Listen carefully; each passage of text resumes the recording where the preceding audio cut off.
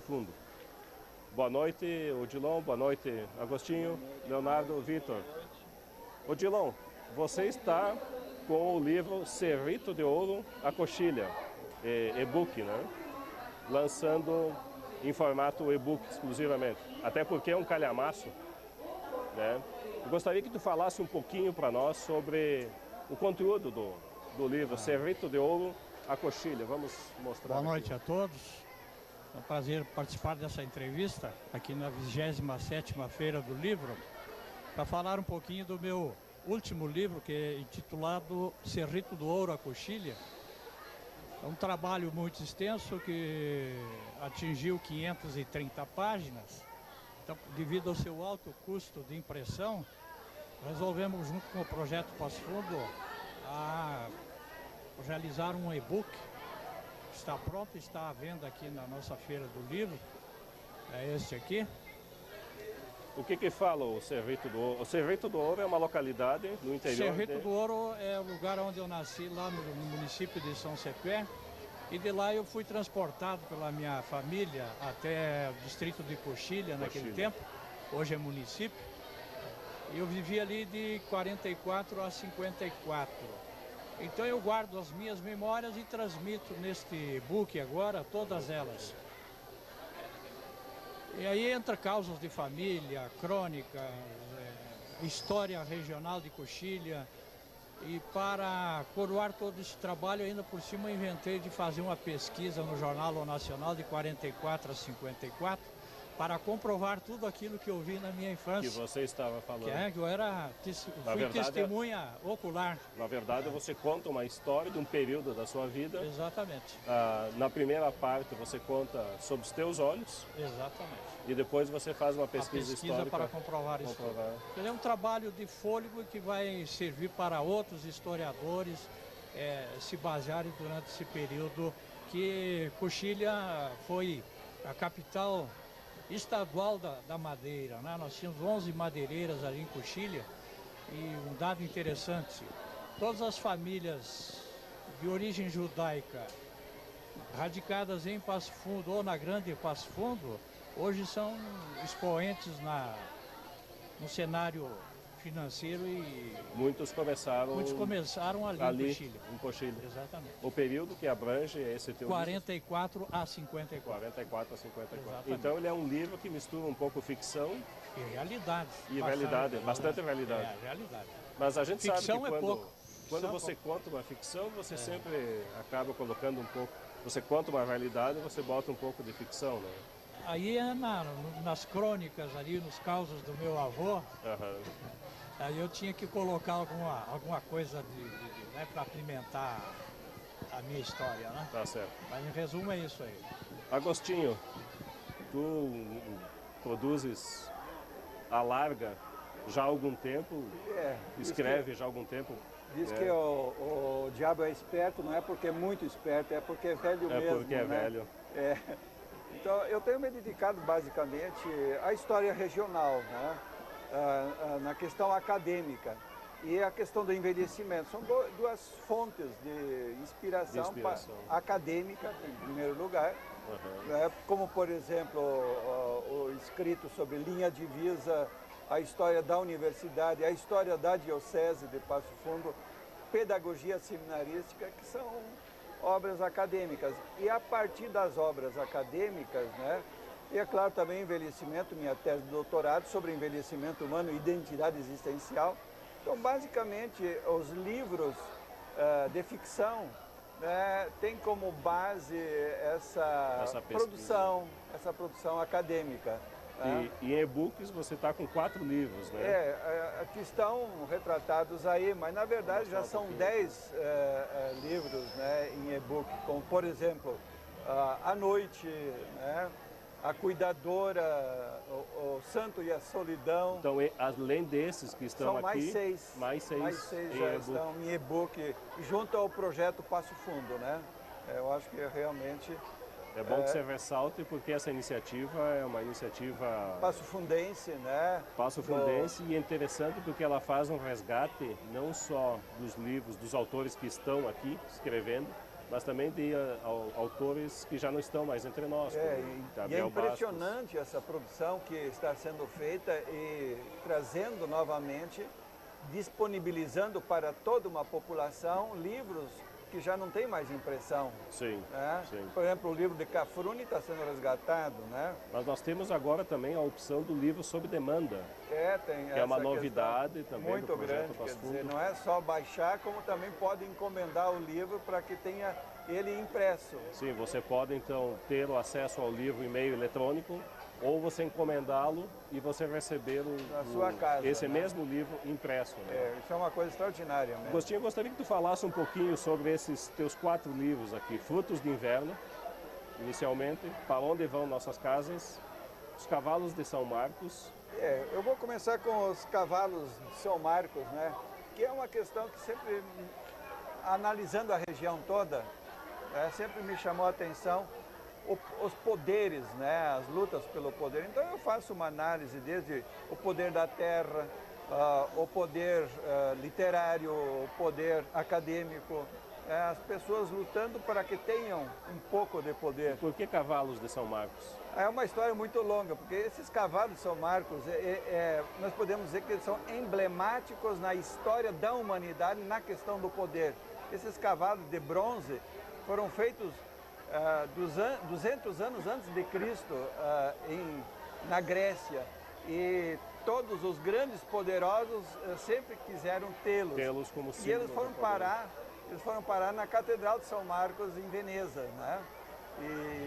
E além da beleza que eles têm, quer dizer, é um símbolo de poder.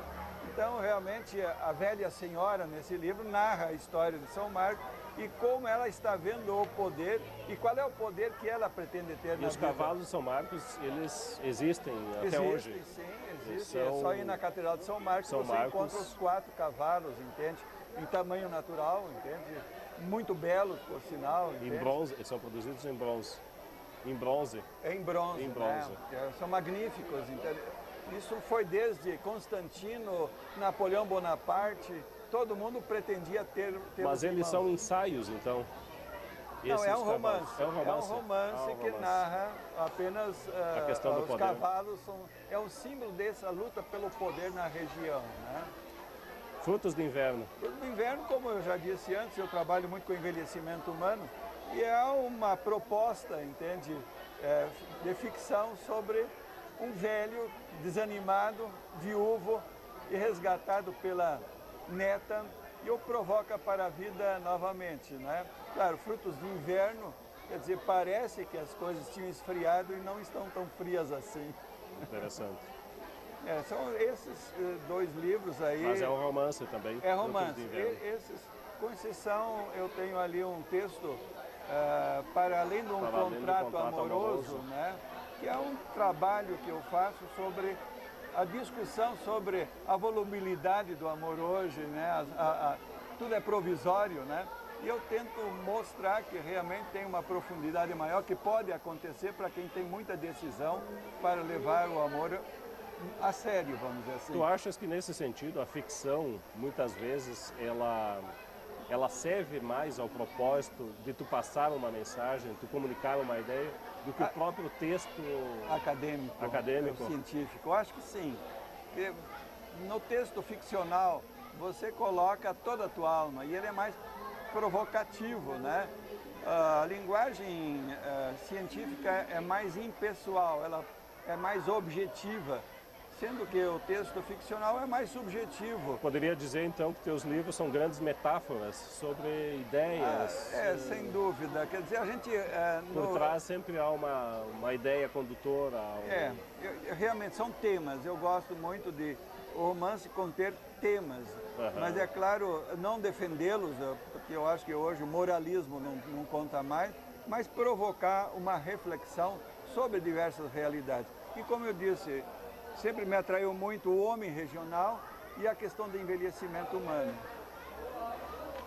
E tu achas que nesse sentido, nós vimos falando outro dia a respeito dos personagens, que eles roubam a história, conduzem a história. Como tu trata dessa questão? Tendo um tema de fundo, mas o personagem às vezes querendo... Ele é muito poder. Quando você cria esse personagem, ele se transforma num ser vivo e ele vive dentro de ti. Você dialoga com ele. ele. Dialoga, é claro, trazendo reminiscências do autor, mas ele também começa a ter vida própria e se pronunciar a respeito daquilo que você está tratando. Está trazendo para ele. Sem dúvida, sem dúvida. Gostaria de ouvir um pouquinho, Leonardo, sobre a sua obra Fúnebre Cortejo, Leonardo, também em formato, além de... Tu lançaste o ano passado? 2011 ainda, né? O Fúnebre Cortejo é um romance, eu li, é uma aventura que se passa na Amazônia, né? Amazônia. Interessante que tu trata a selva como algo assim aterrador, que provoca terror nas pessoas. Engraçado, eu me criei no interior e sempre gostei da mata. Nunca vi a selva como algo ameaçador. Como que tu... Por que tu levas para esse lado? Eu poderia citar um autor aqui rapidamente, é o Arthur Machen. Se eu não me engano, esse autor, ele escrevia sobre os animais, a revolta de animais, né? E, enfim. Bom, o que eu quis abordar nessa história Fúnebre Cortejo foi uma lenda local que eu vou falar aqui, não tem porquê, Matinta Pereira. Eu pesquisei alguma coisa, vi que não tinha muitas obras. Uma lenda amazônica. Amazônica. Obrigado pela intervenção. É uma lenda amazônica que não é muito abordada nas obras de ficção, né? E eu resolvi pegá-la para mim. Se apropriar dela. Ela trata basicamente do que essa lenda? Bom, seminarista viaja à Amazônia de modo a fazer uma pesquisa contra queimadas e desmatamento ilegal e se depara com essa lenda local materializada, a Matinta Pereira. A Matinta Pereira, ela tem algumas variações dentro da lenda. Ela seria mais ou menos uma mulher que vem te pedir fumo. E se você não der esse fumo a ela, troca de lugar com ela. Há casos, e eu estudei isso daí, que um homem se transformou na Matinta Pereira. É uma lenda cabocla, né? Uma lenda... exato. Essa lenda é parecida com a do Negrinho do Pastoreio também. Porque a gente, se perdia alguma coisa, oferecia um pedaço de fumo para o Negrinho e colocava num palanque lá na mangueira ou na porteira, em algum lugar específico, para que depois ele viesse buscar. Há uma certa similaridade, né? Interessante essa além desse teu romance, você está com contribuições também, coletâneas, fora de Passo Fundo também, né? Exato, sim. Estou indo a Porto Alegre agora no próximo dia 10, domingo. Tem o lançamento de uma antologia com a eu faço parte, em homenagem a Edgar Allan Poe. Será dia 10, Feira do Livro de Porto Alegre, às 18 horas, no Centro Cultural Érico Veríssimo. Tua linha de atuação, tu transita muito na literatura fantástica. Exato. É isso? Literatura fantástica. Escrevo alguma coisa de ficção comum também, alguma coisa de drama, mas como você bem falou... O que te inspira? O teu autor, assim, canônico? O que tu... Olha, o que me inspira hoje... qualquer coisa pode surgir uma história. Mas tu lias muito o quê? Bom, meu principal autor é Lovecraft. Lovecraft. Claro que tem outros, né, que variando a leitura, não é só ele, mas ele seria, então, eu escolheria ser o meu principal autor. Eu gostaria de ouvir um pouco o Vitor. Vitor também é um jovem escritor, tem 22 anos, já está com 3 livros, sendo um em inglês e outro em português. Basicamente são 3 né? livros, porque um já está em versão em inglês, né? Certo. Também em formato e-book. O Vitor lançou Gênios. Gênios Origem, né? E o Gênios o Relógio do Tempo, que é uma série. Então, o Gênios Origem ele é uma iniciação à série, né? Ele é o primeiro livro da série, onde o leitor vai poder conhecer um pouco do personagem que sofre um acidente, ele acaba se tornando um jovem muito inteligente e acaba resolvendo problemas quase impossíveis, vamos dizer assim, em quesito da humanidade, porque no primeiro livro ele acaba só ajudando a polícia paulista, né? Que no caso, como a história se passa em São Paulo, né? Mas depois a história ela começa a série, a história começa a desenrolar em uma ficção em que ele começa a partir em aventuras mais, vamos dizer assim, mais mirabolantes, porque ele acaba viajando no tempo, ele acaba mexendo com a história da humanidade, ele acaba participando da Segunda Guerra Mundial. Depois, o final, ele tem um final que acaba com uma brecha para continuação, e cada livro ele acaba se entrelaçando de alguma forma. E assim. O primeiro é Gênios Origem. E o O segundo relógio do tempo, é o Gênios, Gênios, o relógio do tempo é a continuação. É a do continuação, Gênios exatamente, Origem. isso aí. Então é uma ficção científica com um romance policial, Exatamente. poderíamos dizer Mas assim. é mais ficção científica porque depois os outros livros eles partem mais para ficção científica, né? A primeira história inicial, né, que ele acaba se envolvendo em um caso policial, é porque ele tinha que mostrar até onde ia os limites dele com sua genialidade, né? Você é estudante de Química. Isso, sou estudante de Química na Universidade de Passo Fundo, né? Também sou músico violinista e, enfim, tenho alguns desenhos também. É interessante porque você transita pela ciência e pela literatura. Então, Exatamente. Você tem essa formação científica, mas ao mesmo tempo você traz para o romance, para a ficção, Isso, elementos da ciência. Né? exatamente. Quer dizer, a ciência te dá um bom suporte para você escrever. Né? Porque sabe que muitos autores, né, e até mesmo cineastas ou roteiristas, eles tiveram que estudar ciência para poder escrever as ficções científicas que nós vemos hoje, né? Isaac Asimov. Você pode ver mesmo até agora que está em alta, né, a Marvel, né, com super-heróis. O criador da Marvel, Stan Lee, ele foi um militar de pesquisas científicas dos Estados Unidos. Então, por isso que ele conseguiu tirar todas aquelas histórias, todos os personagens heróis deles, tudo baseado na ciência que eles estudavam. A pesquisa, por exemplo, o super soldado, né? O Incrível Hulk saiu a partir dessa pesquisa que os militares vêm fazendo já há muito tempo sobre ter um super soldado, né? Para que pudesse combater o inimigo mais facilmente. Mas aí ele acabou criando essas Na histórias. verdade, nada se cria, né? Como o professor Agostinho estava falando, muitas das teses acadêmicas acabam se tornando... Inspiram, né? Você não segue a linguagem acadêmica dele, Sim, dá um sim. salto completamente diferente. Você faz combinação de elementos, né? Exatamente. Para chegar. E essa tua obra é imaginação, contos? Não, é contos sci-fi, que é a abreviatura em inglês de ficção científica, né? Além da imaginação. Exatamente. São contos. São contos, são mais ou menos, acho que uns 12, 13 contos. Não me lembro agora a quantidade, mas acho que era 12, 13 contos cada livro. Muito bem. Que no caso é o mesmo, né? Aham. E esse Contos Além da Imaginação tem uma versão em inglês também? Tem uma versão em inglês. Eu mesmo fiz, não. Pode ser que alguma coisa esteja fora Da gramática? Inglesa, né? Mas eu tentei pelo menos fazer alguma coisa para ver se o pessoal de fora, né? Quem falasse a língua inglesa pudesse entender também o livro, né?